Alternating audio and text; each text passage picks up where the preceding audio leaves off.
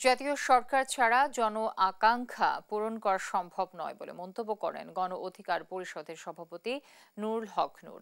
বলেন, জাতীয় ঐক্য এবং সংহতির জন্য জাতীয় সরকার গঠনের লক্ষ্যে নতুন করে উপদেষ্টা পরিষদ গঠন করতে হবে। শনিবার ঢাকা রিপোর্টার্স ইউনিটির নজরুল হামিদ মিলনায়তনে পেশাজীবী অধিকার পরিষদ আয়োজিত গণ অভ্যুত্থান পরবর্তী প্রত্যাশা ও প্রাপ্তি শীর্ষক আলোচনা সভায় তিনি কথা বলেন। তিনি আরো বলেন, জাতীয় সরকার ছাড়া কোনো সংস্কার বাস্তবায়নও সম্ভব নয়।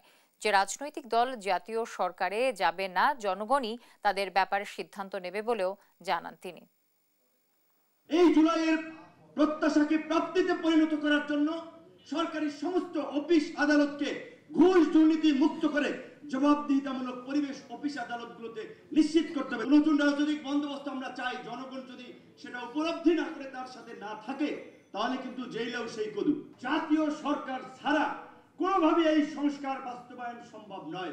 যে রাজনৈতিক দল জাতীয় সরকারে যাবে না তারা জনগণ তাদের বিষয়ে সিদ্ধান্ত নেবে।